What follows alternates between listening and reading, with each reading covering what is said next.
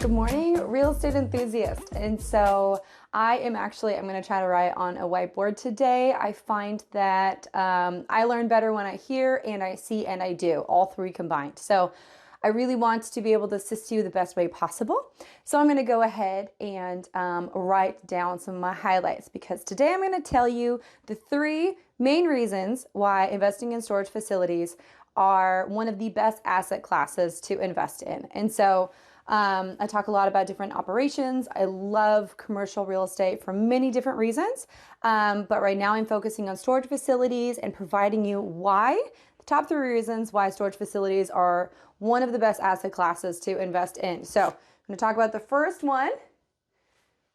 We can see that. Okay. It may or may not be backwards. So still trying to figure out all these systems, you guys. So help me out here.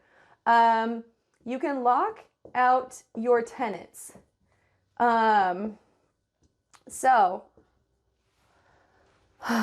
here we go. Lock out your tenants. It is backwards. So this is such a powerful tool. So depending on how you're operating your property and what you have in place, if you have a tenant that has not paid you rent, every state is different. Again, I provide you my knowledge, my education. I'm not an attorney, a financial advisor, CPA, or anything like that. So definitely look at your state rules. Any state or investor partner that you are aligned with, make sure that you are familiar with the legalities of that state. So again, just want to throw that out there. So, but self-storage facilities, if your tenants haven't paid you, usually within that first week, 5, 6, 10 days of non-payment, you can lock them out. And it depends what you have in place. It could be, we try to put remote access on our facilities, and so we can actually just lock their gate code, and so they no longer can get inside the facility itself.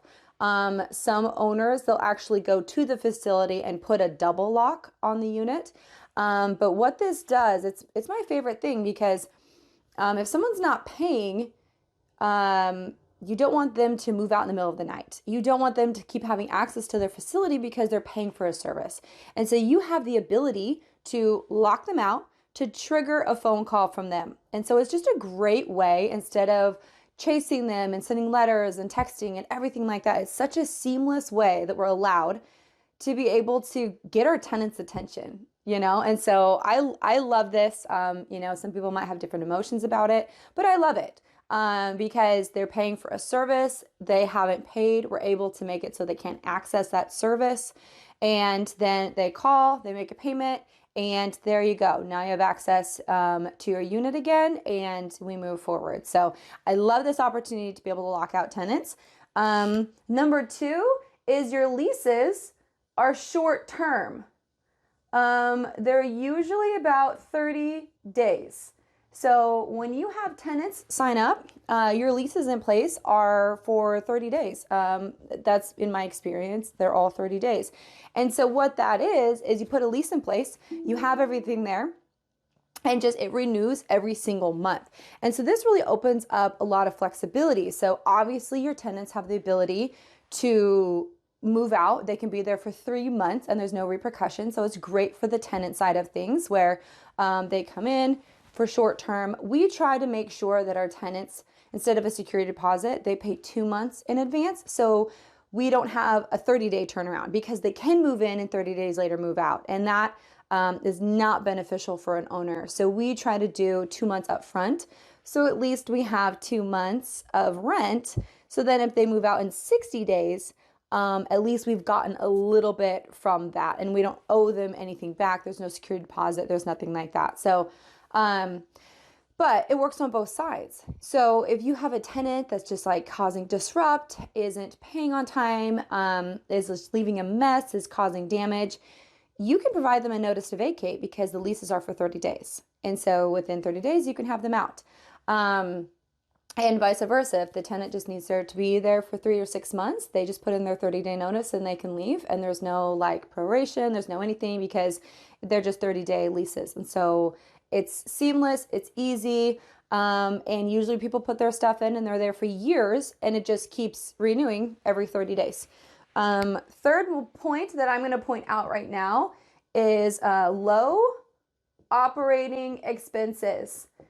So any of you who invest in commercial real estate right now, you know in your experience that different asset classes, operating expenses are pretty extensive.